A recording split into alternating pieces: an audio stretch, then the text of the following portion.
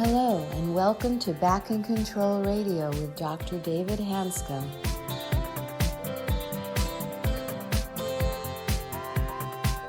Hello, and welcome to another episode of Back in Control Radio with Dr. David Hanscom. I'm your host, Tom Masters, and our guest today is Dr. David Clark. He's the president of the Psychophysiologic Disorders Association and an assistant clinical professor of gastroenterology emeritus at Oregon Health and Science University. He teaches graduate courses in psychophysiologic medicine at Arizona State University, and he's the author of the book, They Can't Find Anything Wrong. Welcome. Thank you, Tom. Dave, thanks for being on the show. We had a podcast with Dave a few weeks ago. We talked about, he's been working in the mind-body world for a long time. He's a gastroenterologist, and he's made a huge contribution in the irritable bowel syndrome world, which isn't that the most common diagnosis right now as far as GI issues? As one of the many functional gastrointestinal disorders, or what are a new term is now disorders of brain-gut interaction, acknowledging the important role of the brain finally after decades and decades of calling it irritable bowel. Right. So it's something where, medicine is sort of focused on structure, and probably, at least in spine surgery, less than 10% of the time do we find a structural reason for pain. And that doesn't mean 90% of people are imagining it. There's lots of reasons to have pain, and there's neurological circuits, there's body physiology, all sorts of stuff. So the vast majority of symptoms are based in the brain and in your reaction to the brain. And medicine is somehow just not really pursuing that very aggressively. So Dave is actually one of my inspirations, is that he has been doing this for many years. How many people do you think you've helped, Dave, with irritable bowel syndrome? Yeah, I would estimate over 7,000, based on a sample that I did over about 6 months. It's in that ballpark. People that I've done detailed interviews with who had no organic or structural cause for their symptoms. So I'll make a statement, see if you agree with this or not. You don't have to. That once you understand the problem, the solution's actually, I use the word disturbingly simple. It's not so hard compared to the other things we put people through.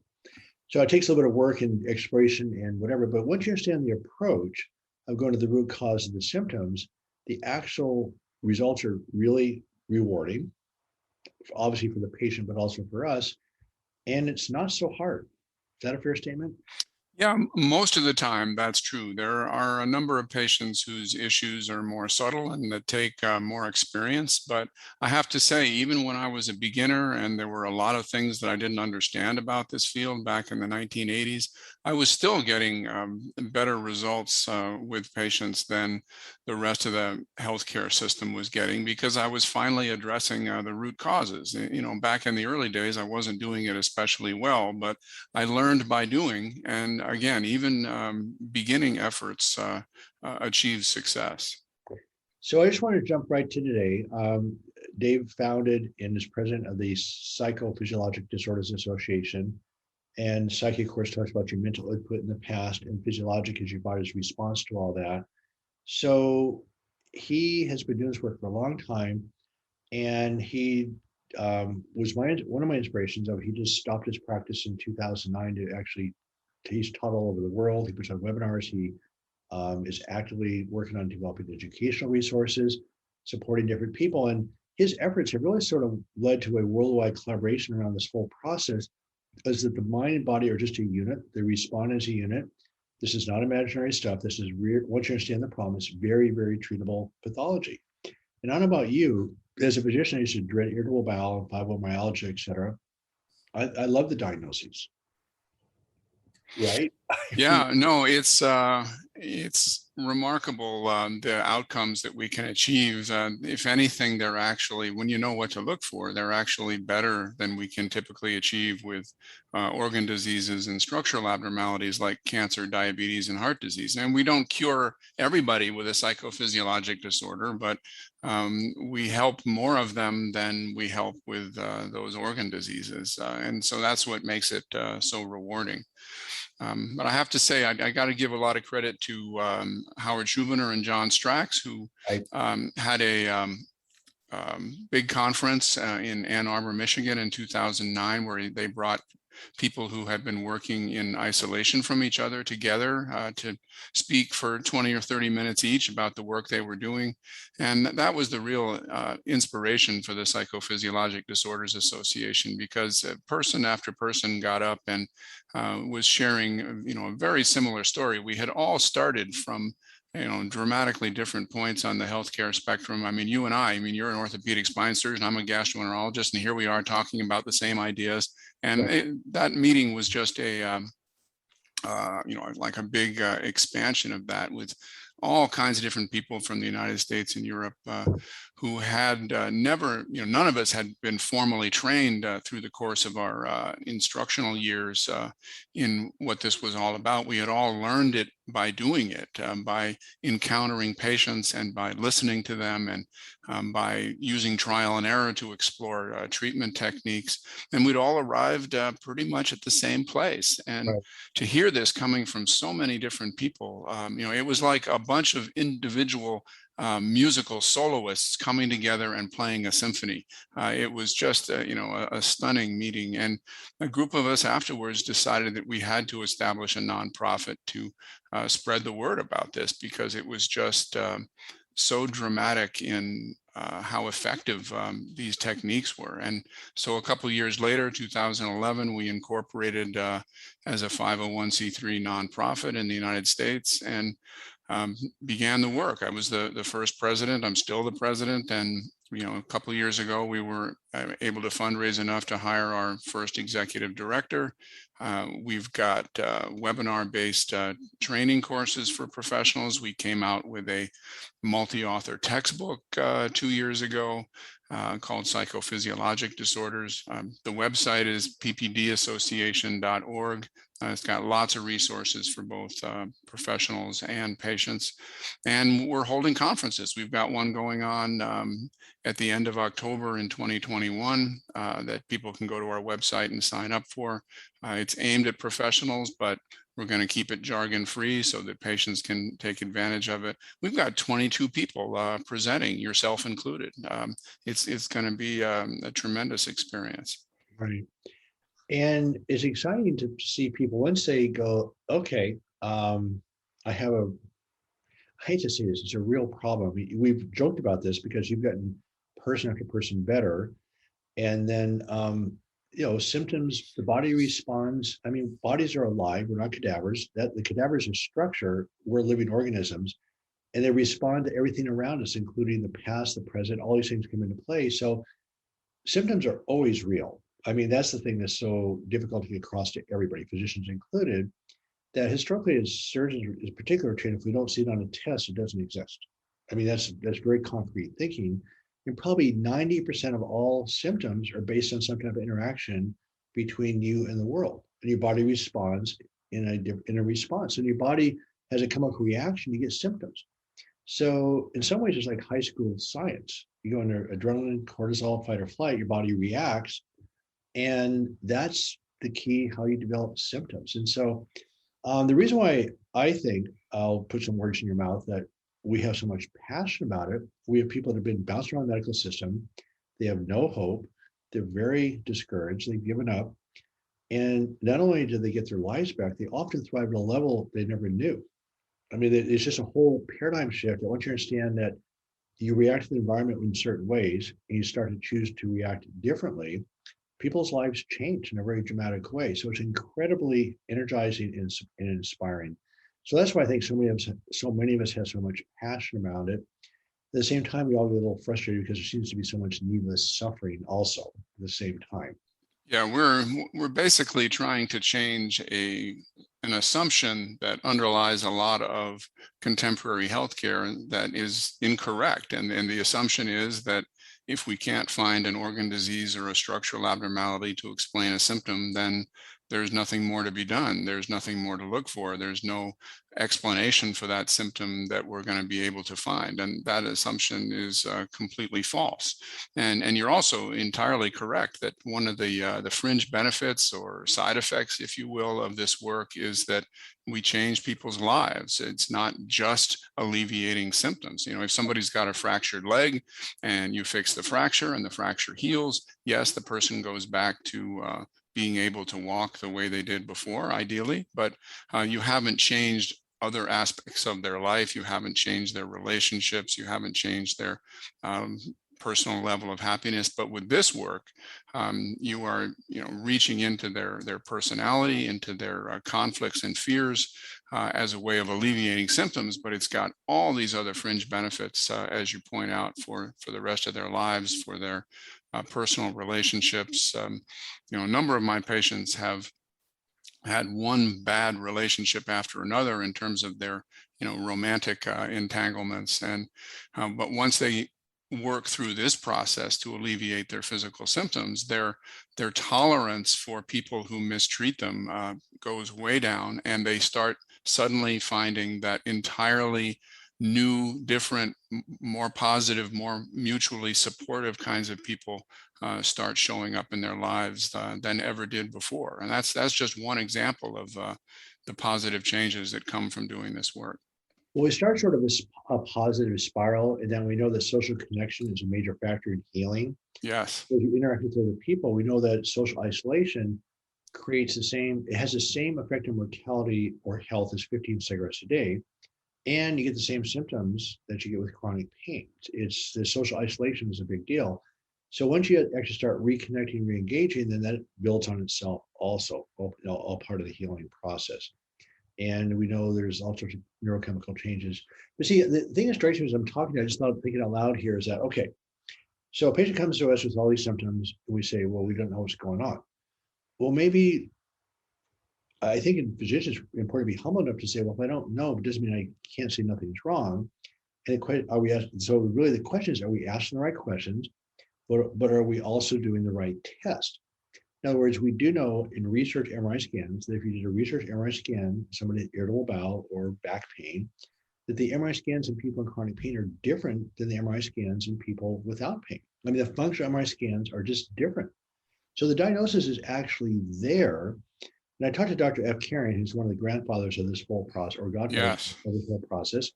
He says, probably functional MRI scans will probably never be clinically available because it's just too complicated with all these computer programs and interpreting the data. But just because we don't give people that particular test doesn't mean it doesn't exist. But can you comment on that, Dave? Yeah, absolutely. I mean, the fMRI has really helped us to put the physiology and psychophysiology. I mean, as you pointed out, the term is a blend of psychology and physiology, and the physiology hasn't been that well understood until the last 20 years or so. And the functional magnetic resonance imaging machine has shown us that patients with these disorders are different in their neuroanatomy in the central nervous system in the brain. So there really is a physiology behind this. The symptoms are not all in your head, quote unquote. They're actually in your brain, which is a huge distinction.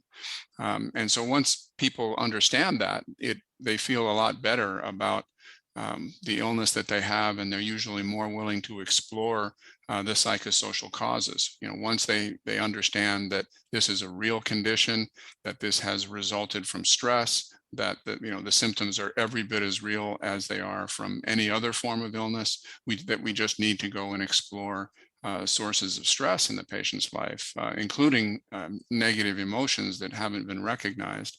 And then people are usually willing to be on the same page with us and begin the work of finding those causes. Most of the time, it's pretty straightforward. As you pointed out in the podcast that we did a few weeks ago, just asking the simple question, what's going on in your life, will often open the floodgates.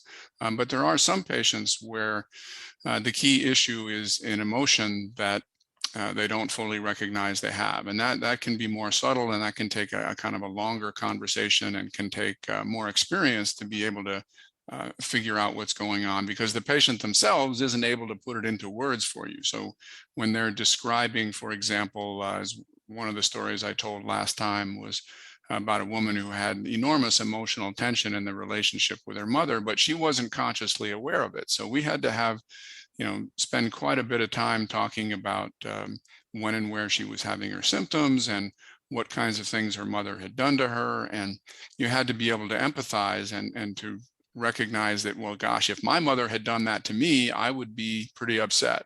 And so the patient was upset, she just didn't know it. So I'm not a neuroscientist. This is very simplistic thinking in a way, but I had actually multiple people, but one gentleman in particular pointed out, he's 75. He says, I'm 75 years old and I still hear my mother's voice in my head. He says, how can that be? But, my point being is that right this very second is programmed by your entire past up to this second. So I don't put my hand on a hot stove. I'm not walking out into the street. So I've learned about things in the past that were dangerous and unsafe. And so if you come across a similar situation now that you had in the past that was emotionally unpleasant, even though you may not be aware of it, you're going to react.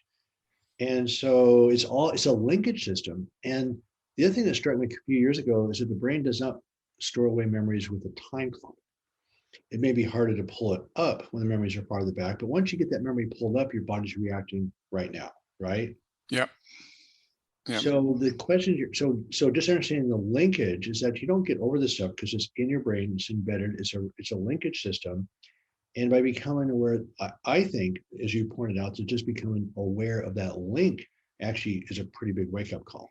Yeah, absolutely. Yeah, I try to point out, point out to people that humanity is distinguished from other species on the planet by how much we can learn. And the most important subject we learn about is ourselves as individuals. Am I a good person? Am I not? Am I skilled at throwing a baseball or not?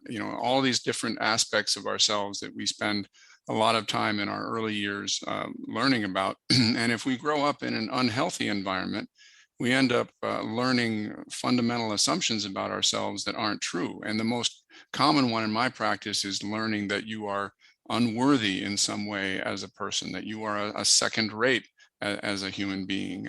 And that can instill a degree of being hypercritical of yourself, that if you fall short even a little bit, you come down on yourself a lot harder than you would on someone else who fell short by the same amount.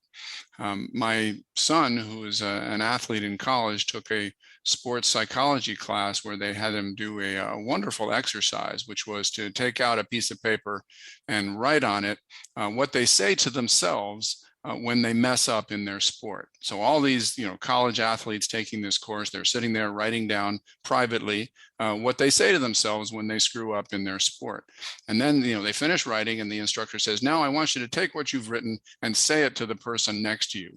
And everybody goes, no, I can't possibly do that. That would be, what a horrible thing to say to anybody else. And yet they were saying it to themselves Right. because, they're very, they're perfectionists. That's how they got to be college athletes. And, people learn that at an early age, and they learn it to extremes when it gets to the level of a psychophysiologic disorder. So when people see how they were taught that, if they can see who taught them and how it was done to them, that can really facilitate the process of unlearning that falsehood that you don't measure up, that you're a second-rate person, that you need to be perfect. All of those false ideas that have become basic assumptions for so many of our patients. If they can see how it got planted in their brain, that can facilitate unplanting it. Yeah, I just talked to Jamie Pennybaker a couple months ago. And yes, excellent. Expressive writing is a big deal. And he said there's 250 papers alone last year that he had documented the effectiveness of different types of expressive writing. Yes. And so, it's funny because a bunch of us had dinner with him in Seattle because his daughter lives there. And we're going, Jamie, why does this work? Why is this expressive writing so powerful? He goes, I don't know. I mean, we just know it works. And, we have this theory. I mean, my theory is we can't control our thoughts, but we separate from them. And I know there's a book called Opening Up by Ronnie. Opening Up, yeah. I think it's in the 3rd edition now. Excellent. Yeah, it documents the incredible things like decreasing viral load, improving symptoms of asthma, rheumatoid arthritis. It improves kidney function, liver function. It's insane. And I think it's one of the reasons people have so much trouble with it, because it's such a simple tool for such, and almost it's like dishonoring your suffering. You're going, how can this work? It's interesting. Well, yeah, I am not a neuroscientist either, but what I tell my patients is that the more of these thoughts and emotions they can put down onto a page or, typed onto a computer screen, the less those emotions need to be expressed via the body. When you've got a powerful emotion, it needs to find its way out somehow. Right. And some people express it, via road rage. They lose their temper easily and they throw things. They basically physically act out the emotion. Those people tend not to show up in my office because they're coping with the emotion in that way. It's not a very constructive way, but it doesn't tend to lead to physical symptoms. And then the people who do wind up in my office, if they can take those emotions that are being expressed somatically and put them into words, then that's a more constructive approach to dealing with them. So we got a couple more minutes here. I just want to finish up with a couple questions. So if you just review really quickly how to access the resources you're working on, because you did write a book also, correct? Which I thought was excellent. Yeah, the book is titled "They Can't Find Anything Wrong." All the royalties from it are donated to the Psychophysiologic Disorders Association, and it's written as a self-help book for patients. Has about 4 dozen stories illustrating the spectrum of different kinds of stresses that are capable of making people physically ill. And the second book, which I co-edited with 3 other people, and that has a total of 16 contributors, is called Psychophysiologic Disorders. And both books are available on Amazon. The Psychophysiologic Disorders is written without jargon. So if you're a patient who's not a healthcare professional, you can still get a lot out of it if you're a science-oriented reader. And I like if you, so what's your main message, I guess, first to healthcare providers and then to patients, and maybe it's the same message. So what's the main message that you're trying to get out to the world in general? If I was going to completely boil it down to the basics, I would just say that stress can cause real symptoms and effective treatment is available. Because, those simple words, contradict the false assumptions that a lot of modern healthcare is based on, which is that if you don't have an organ disease or a structural abnormality, there's nothing we can do for you. And that's completely false. Stress can do this to you. I mean, I've had, as I think we talked about in our last interview, people in the hospital with this. One of my patients was ill for 79 years. One of my patients had 27 different symptoms, and they're every bit as severe and as real as the symptoms in my patients with or other forms of illness. Well, you've heard my story multiple times. I had 17 of these symptoms at the same time, and they're all gone. They are gone. And especially things like ringing in my ears, tinnitus. I mean, I had that for 25 years. And I assumed I would live with that the rest of my life. And I had lots of burning sensations in my feet, had been there for 25 years, gone. And it's fascinating because we change the whole body's response to the environment, things change. The physical symptoms disappear, they're gone. Migraine headaches, gone. So it's fascinating how, and then you get, again, when you're not fighting all these symptoms, then you do get to thrive, which is really sort of fun. Yeah, it's wonderful to see the outcomes for patients, and I've seen benefits of this work. When you are able to, get down into the roots of the psychological, psychosocial struggles that people are having, it has benefits in other areas as well. People who've been suffering from addictions or eating disorders or cutting behavior, those issues also benefit from this same approach. So that if you're a psychotherapist listening to this, understanding the impact of psychosocial stress on the body can help you help your clients with these other issues as well. I had a question I wanted to ask you, which is maybe something we've never really talked about, and you may or may not agree with it, but I've come to realization that solving chronic pain actually doesn't come with belief. It comes just with openness to learn. And I always point out that just like the stock market climbs a wall of fear, actually engaging in your cynicism and skepticism is actually the starting point. So it's not about believing, David Hanscom or David Clark, just digging into what is and just digging in. And so to me, the starting point has been really quite successfully is they don't believe this is going to work. That's what's real. And you sort digging into the skepticism is sort of the starting point. You start slowly going through the tools to help you heal, then it's game on. Is that a thought that's... The way I express it is that the psychosocial stress we have to consider could be a contributing factor to a person's symptoms. We may not necessarily know at the beginning whether it's contributing 10% or 90%, but even if it's only 10%, it's still worth looking into what the stresses are in a person's life to see if we can make a difference. And who knows, we may get lucky and find out that it's actually 90 or 100% of what's causing a person's illness. But as long as the patient is willing to engage with the process in the hopes that even a little bit of improvement could come from it, then we can make progress. And we're often surprised by how much progress happens and how quickly it happens.